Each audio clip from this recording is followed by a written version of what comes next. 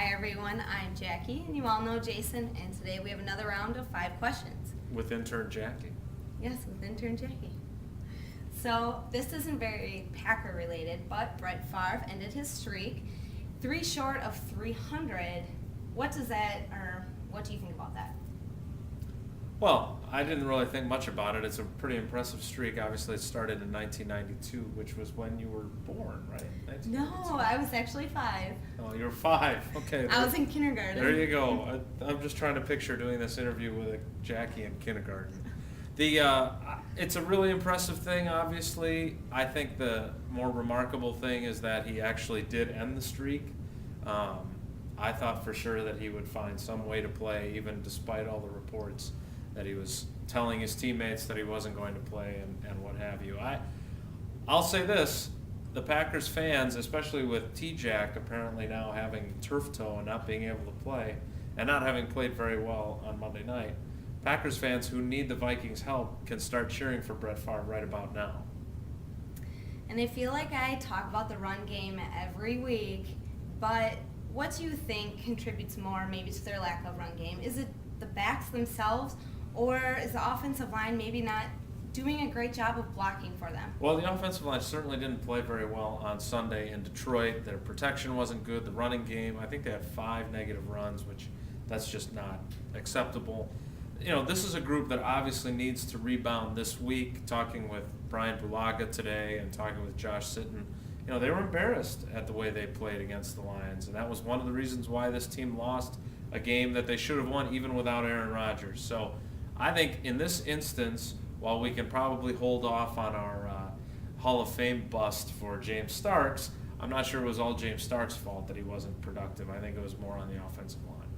We've seen Aaron Rodgers lead with his head a lot. Do you think maybe this time with the concussion, it may be sort of a lesson for him? He may slide more now? Well, Chewy was certainly very negative about Aaron Rodgers and saying that he deserved to get hurt. I was a little bit surprised by Chewy's choice of words, but Chewy's a former football player, and they kind of tell it like it is, as we well know. So, you know, in my opinion, should he have slid? Obviously. That was a dangerous thing. They're taught that they're not supposed to go head first, or they're not supposed to keep running like that, give themselves up. He already had a first down.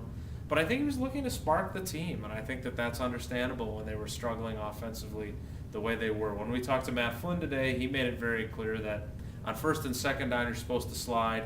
On third down, if once you get the first down, you're supposed to slide. But obviously Matt Flynn was guilty of it too later in the game. And as Mike McCarthy pointed out to him, you're the only quarterback we have left, so you got to slide. And he obviously didn't either. These guys are competitive. I think it's very easy for you and I standing in the lunchroom to say he should have slid. But while the play is actually going on, I think that's asking a lot sometimes. He clearly should have done it, but I can understand why he didn't. If Rodgers isn't ready to go Sunday, do you think Matt Flynn could step it up and lead the team successfully? I think he can start. I think he can play well. Do I think he can beat the Patriots? No, I don't. I'm going to pick against them. I would have probably picked against them had they had a healthy Aaron Rodgers. I would have thought it would be a shootout in Gillette Stadium, but I still would have picked against the Packers. This is a team that has won 11 in a row as a team at home. They haven't lost a home game since Pittsburgh in 2008. And Tom Brady, who was obviously out for the 2008 season after blowing out his knee, he's now started 26 games in a row at home. That's an impressive streak with him at quarterback. He's playing great. Their offense is playing great. I would not have picked the Packers regardless of who the quarterback is. I think Matt Flynn can acquit himself well if he does end up being the starter, but I don't think he can beat them. With all that said, you know, the Packers may be out with some of their starters may be out this week, you know, and McCarthy said Zombo is ruled out. Do you think that they can still put up a good fight? Well, defensively, they're going to have to. I mean, this is an offense that is averaging over 30 points a game over the last 5 games. It's the number 1 scoring offense in the league. Obviously, Tom Brady has been lights out. He was terrific in conditions where you wouldn't expect him to be in Chicago last week. So I think it's going to be incumbent on the defense to play well. They're going to have to do it without Frank Zombo. They're going to have to do it without Cullen Jenkins, whom they're going to miss quite a bit, as they missed him last week. You know, that right outside linebacker spot, they've been through now Brad Jones, Brady Papinga, Now they've lost Frank Zombo. They could have maybe used Brandon Chiller at that spot. He's on injured reserve too. So they've had a lot of injury problems at that outside linebacker spot. That's going to be a weakness for them if it ends up being Eric Walden, who's really the only guy left right now that they can choose from. Maybe Robert Francois, but they're defensively they've had a lot of injuries, and it's not a pretty picture right now. But stranger things have happened. Last time I went to a game in New England, it was 2002. The Packers were playing the defending Super Bowl champs. They had signed Bryant Westbrook earlier in the week. He basically stepped onto the practice field, and then on Sunday had a crucial interception, and the Packers won under Mike Sherman. I'm not saying that that's going to happen again and history will repeat itself, but I've seen it happen where they shouldn't have any business winning, and they found a way. Okay, great. Thank you, and thanks for tuning in.